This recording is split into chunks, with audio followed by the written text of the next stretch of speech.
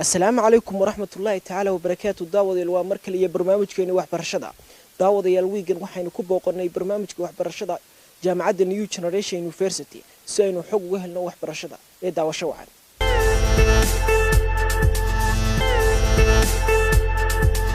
Daawadayaal haatan waxa barbarkayga fadhiya dhiinka guud ee ITC-ga Xasan Cali Axmed. Waxaan la yeelan doonaa waraysiguna waxa uu dhacayaa sida tan daawadayaal. السلام عليكم مركو روحت كسو دواتا تلفزيون عالمي بدع 24 تي في وما سنتي وان كدواهي ان مغعيغو علي حسن احمد وما سنتي وان كدواهي برنامجك iyo TV-ga بدعس تي في وما سنتين علي waxa faahfaahin naga siisaa faculty-ga dhigto ee ICT-ga بسم الله الحمد لله والصلاه والسلام على رسول الله ان انا waxaan ahay hormoodka kuliyada IT-ga waxaan jaamacadda New Generation farceeda Hargeysa Gabiley iyo Burco waxa aan qaybtani ay u kala baxdaa saddex department of IT, department of computer science iyo department of management information system ama MIS waxa dhigta kuliyada khaasatan arday ku dhow marka la isku wada geeyo dhamaantood 380 arday ayaa dhigta oo ilaa imika senior ilaa fresher kuliyada waxa lagu tababaraa khaasatan oo aad loo dhisaa xirfadda teknolojiyadda ee ardayga Soomaaliland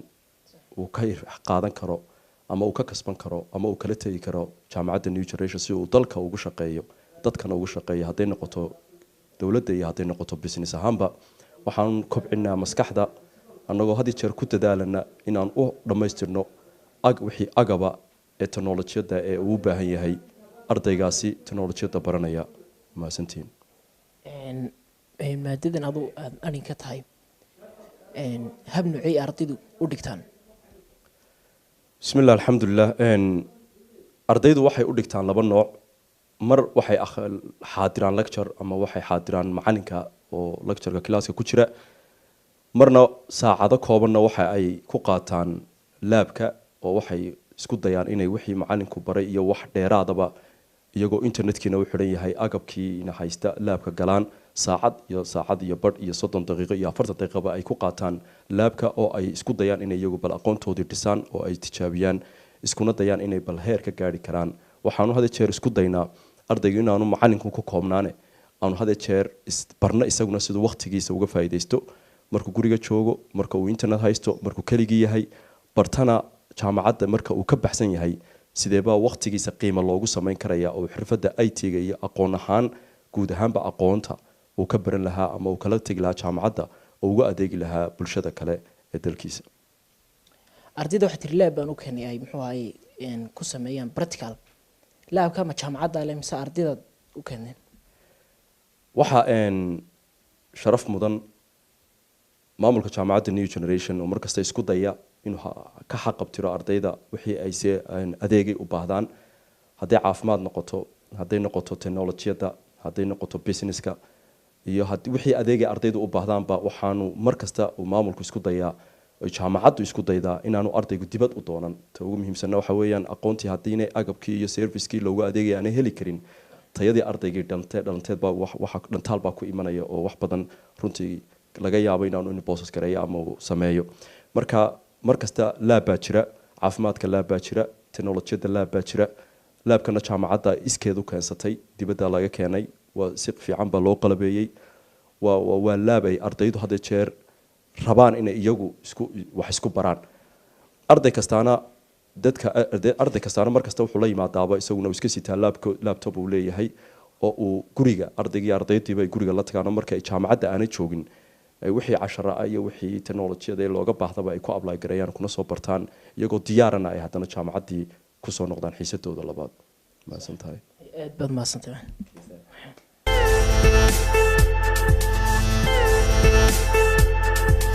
daawad ilhaatan waxa barbarkayga fadhiyay dhina faktimi Ferasti waxa weeyaan Nuur Sheekh Umar Axmed halkaas waxaan kula yeelan doonaa waraysi si aan wax xog u helno muhiim ah waxbarashada kusoo dhawo muumin telefishinka caalamiga ee badda 24 TV aad baad u mahadsantihiin telefishinka caalamiga ee badda cas howlwadanadeena kala duwan wariyaasha iyo maamulkeeda iyo howlwadanadeena ka howlgalaba aad baad u mahadsantihiin kusoo dhawaada idinkuna sidoo kale jaamacadda new generation iyo gaar ahaan xafiiska academic affairska. muumin waanu ku dhownahay waraysigeena. su-aasha ku horeysa waxa weeyaan warbixin kooban waxaad naga siisaa waxbarashada. bismillah. guud ahaan jaamacadda new generation waxaa lagu bartaa waxbarasho kala duwan, sida masters levelka, sida degree programska iyo sidoo kale diploma, intaba waa lagu dhigtaa. xafiiska academiga iyo guud ahaan jaamacaddaba waxay u kala baxdaa schools kala duwan. waxaa ka mid ah school of business administration oo isagu u kala baxaa kuliyado kala duwan. waxaa ka mid ah kuliyadaha iskuolkaasi lagu barto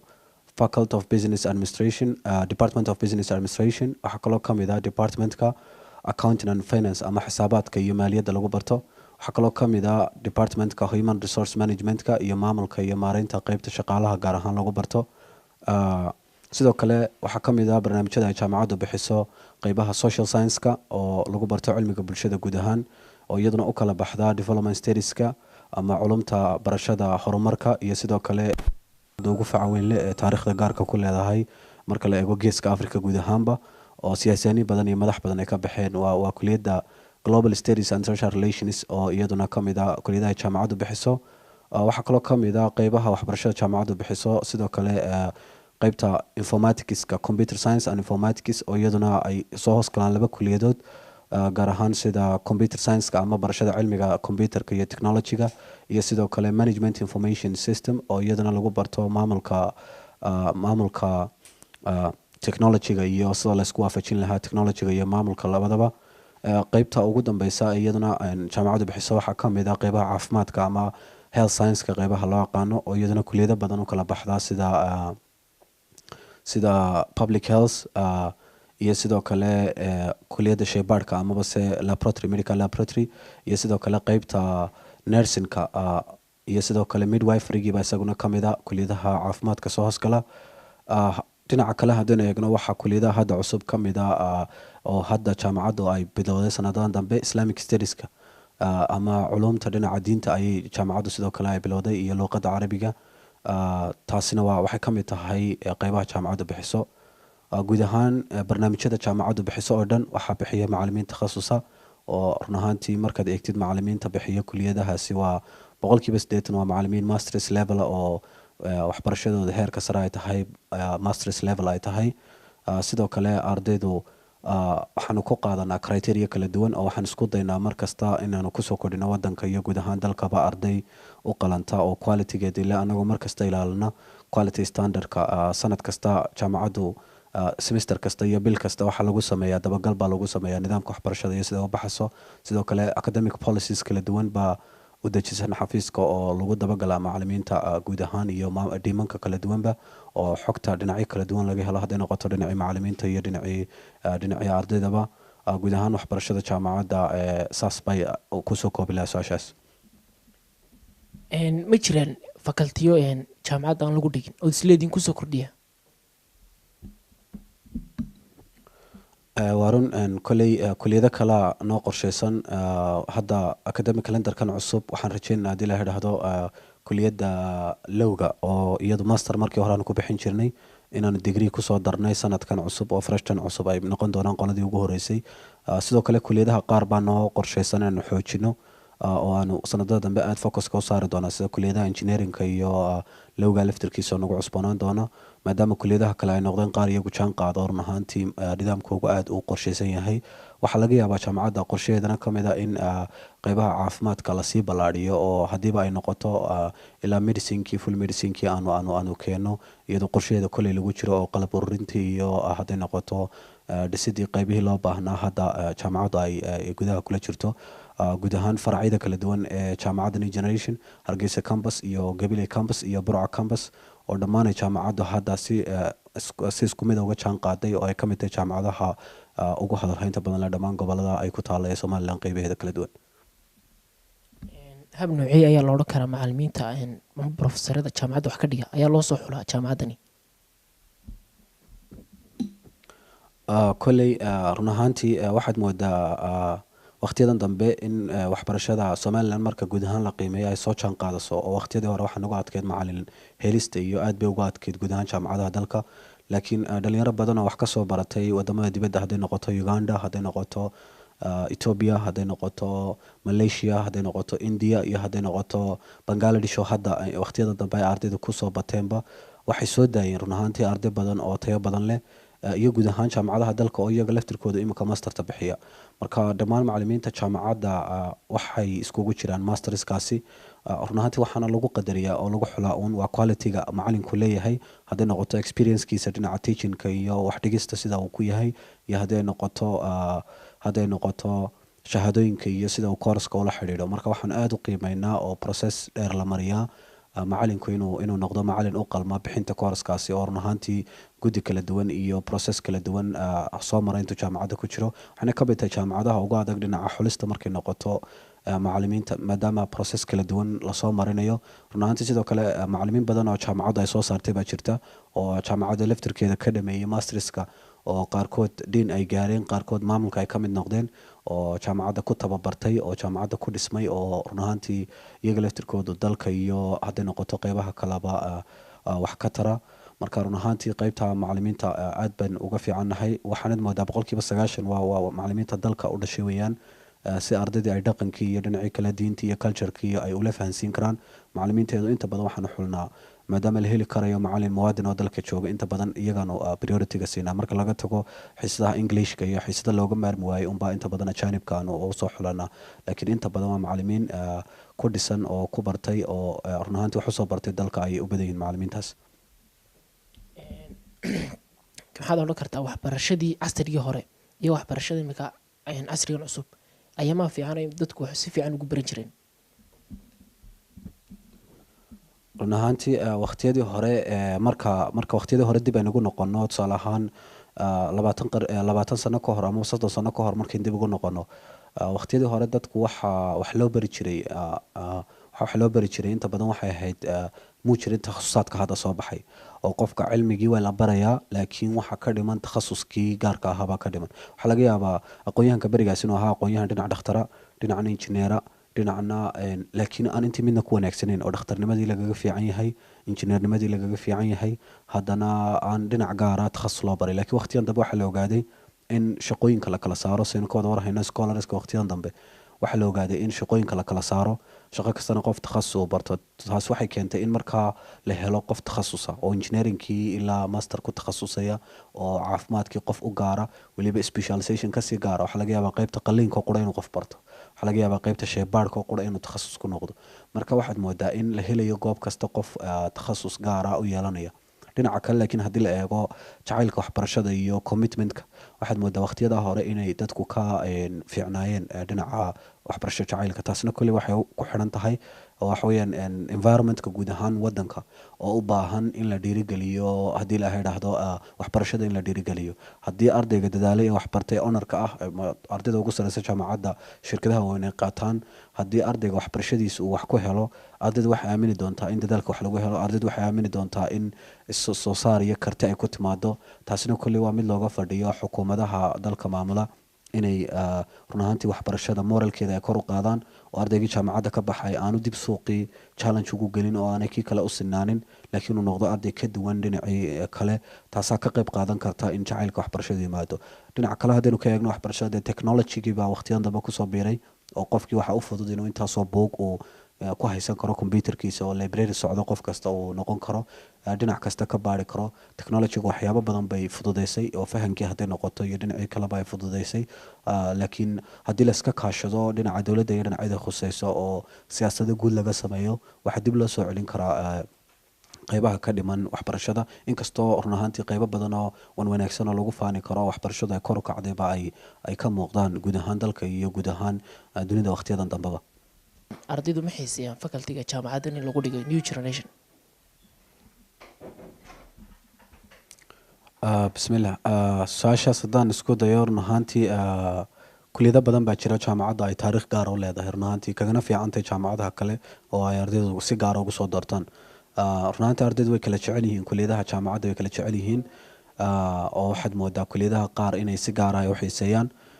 laakiin waxaad moodaa haddana inay u baahan tahay kuliyad kasta si janis loogu sameeyo in iyada laftirkeeda laga wada shaqeeyo, oo taa laftirkeedu haddii ardaydu ay fakal qura wada xiiseeyaan waxay noqon kartaa gaab dhinacii shaqada fakal qura la wada barto ama qeyb qura la wada barto ayay noqonaysaa. Marka in tusaale ahaan la kala saaro oo la prioritize gareeyo oo kolba fakal la helo. Waxbarashadu dhammaanteed waa wada muhiim, fakal kasta iyo qeyb kasta waa loo baahan yahay cid ku takhasusta.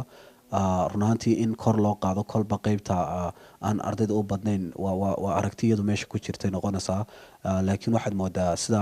run ahaantii ay su-aasha u dhigantay in ardaydu kuliyadaha qaar ay gaar u xiiseeyaan oo ay kaga badan yihiin, oo kuliyadaha qaar ay aada u badan yihiin, kuliyadaha qaarna ay jaamacaddu kabto oo run ahaantii ay jaamacaddu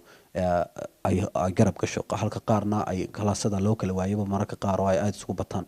Marka taas laftirkeedu waxay u baahan tahay sidii loogu sameyn lahaa inay kuliyadaha hoose loo wada dhiirigeliyo, loo xiise geliyo, oo ay runaantii ku xidhan tahay national agenda u baahan tahay guud oo layska arko oo runaantii layska wareysto oo jaamacadaha loo yimaado maamul dowladda iyo qoloyinku shaqada liba ay iska wareystaan oo haddii la yidhaahdo ay u baahan tahay. aad baad umahadsantihin.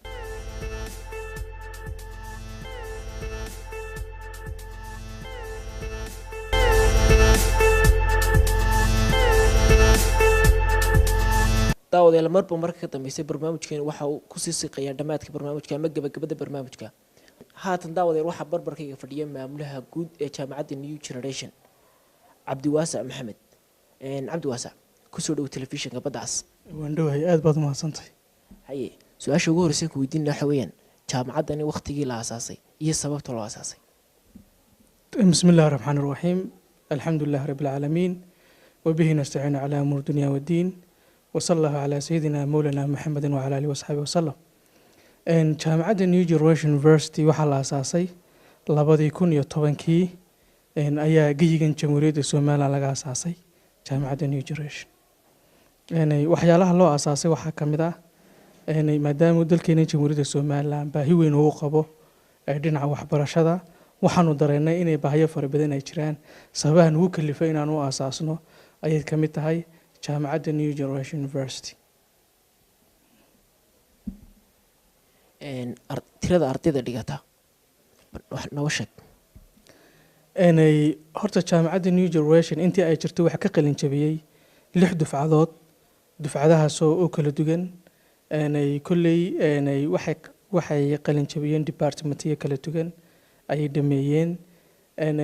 waxa weeyaan ardayda dhigata ilaa 2,000 oo qof kor bay u dhaafayaan jaamacadda guud ahaan. jaamacadda New Generation University markii hore Hargeysa oo keliya ayay ku ekayd, laakiin maanta waxay ka samaysan tahay gobolka Togdheer ee magaalada Burco iyo gobolka Gabiley magaalada Gabiley. guud ahaan marka la isku geeyo 2,000 kor bay u dhaafayaan jaamacadda inta dhigatay ardaydan waqti xaadirka ah. marka aan lagu darin ardaydan post graduate ama master programka la yiraahdo iyaga laftigooda iyo kuwaasoo ah iyaguna ma taqaanaayay 150 qof adu 2,000 kor bay u dhaafayaan. ardayda maxay ka faa'iideen baa la oran karaa jaamacadda New Generation University? horta jaamacadda New Generation University waxyaalo fara badan ayay soo kordhisay.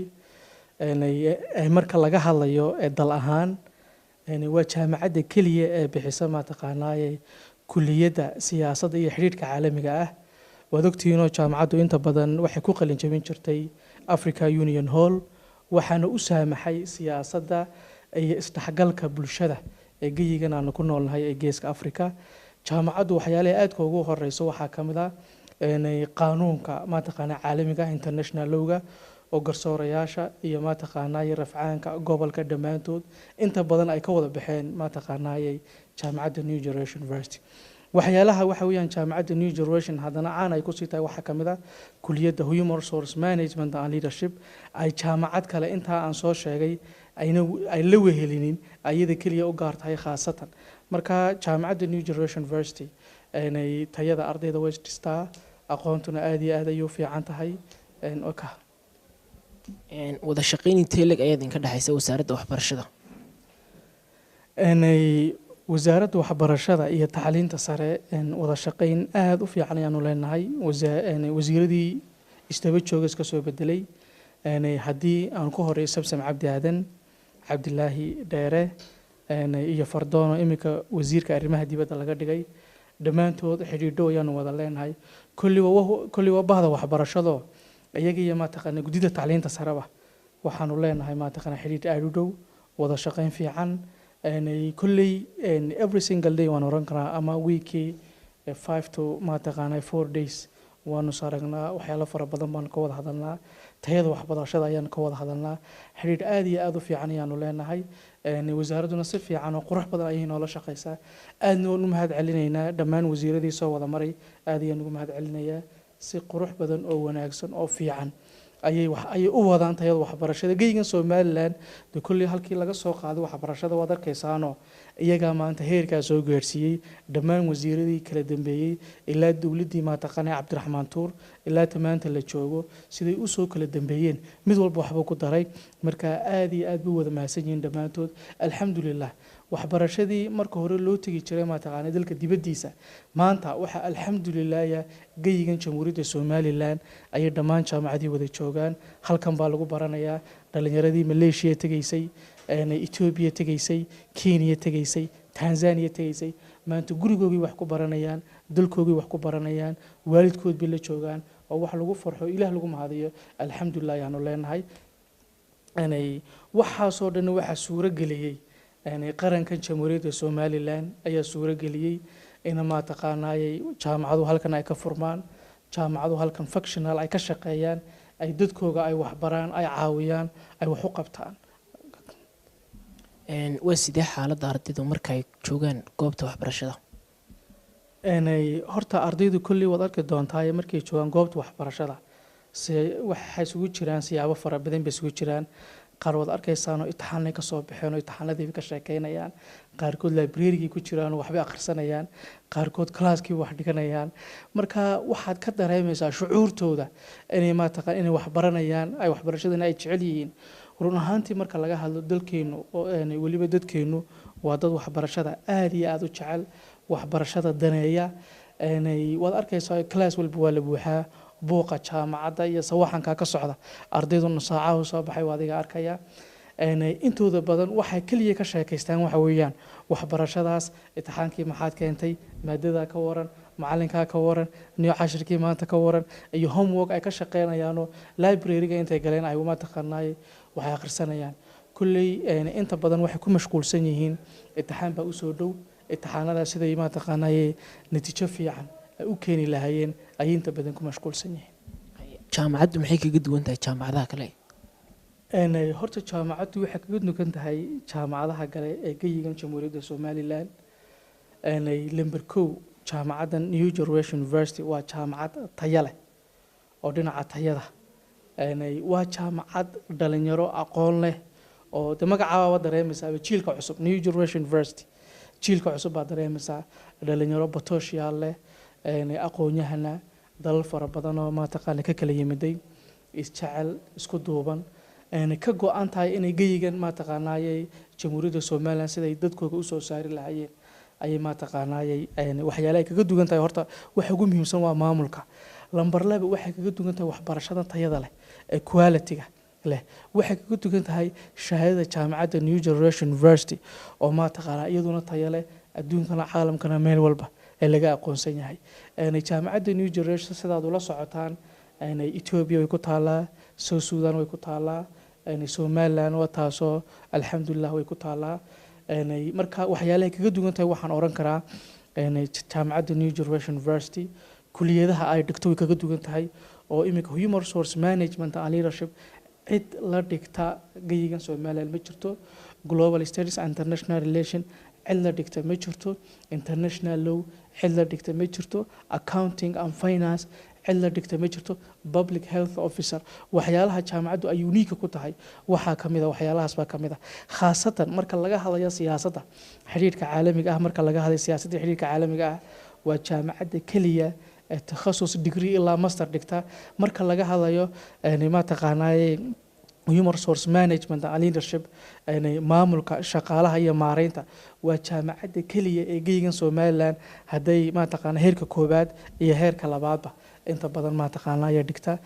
waxaan u maleynayaa inaanu kaliya aan ku nahay kuliyadahan ku soo sheegay waxyaalaha ay kaga duwan tahay macallimiintuna waad arkaysaa waa macallimiin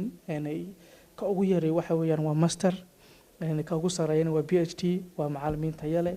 waa macallimiin kulli waxa ku cadeynaya imtixaan walba oo geygan Somaliland la qaado ama hay'adda shaqada iyo shaqaaluhu ay qaato ama wasaaradda arrimaha gudaha ha qaato qofka mar walba lambar wanka kale wuxuu ka soo baxay jaamacadda New Generation University taasna aniga sumcad iyo sharaf ayay noo tahay waxa weeyaan dadkii aanu soo saarnay aanu ku soo aanu ku tabacnay oo maanta alxamdulilah ma taqaanaayay lambar wanka mar walba galaya aad bay nooga farxiyeen aad ugu mahadsan yihiin ardaydaas wanaagsan oo quruxda badan wada shaqayn intee lag ayaa ka dhaxaysa markay goobta waxbarashada joogaan ardayda iyo macallimiinta horta marka la joogo goobta waxbarashada ardayda iyo macallimiinta waxaa ka dhaxeeya horta marka hore waa inan iyo waalidkii ama inan iyo waalidkeed weeyi macallimiintu laba isku jira rag iyo dumarba waxay ka dhigaan jaamacadda ardayduna waxay soo doonteen inay jaamacadda ay waxay ka bartaan aqoon ay ka faa'iidaan wax badanna ay ka helaan waxa kaliya ka dhaxeeya waa xiriir wanaagsan iyo wada shaqayn wanaagsan iyo awaamiirta macallimiinta inay ardaydu ay qaataan ay ku dhaqmaan waxyaalaha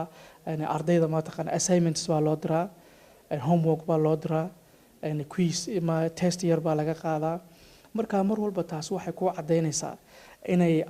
awaamiirta macallimiinta inay ardaydu ay u hoggaamsameen ayna qaataan ay si fiican oo socota alxamdulilah waxa ka dhaxaya xiriir aad u wanaagsan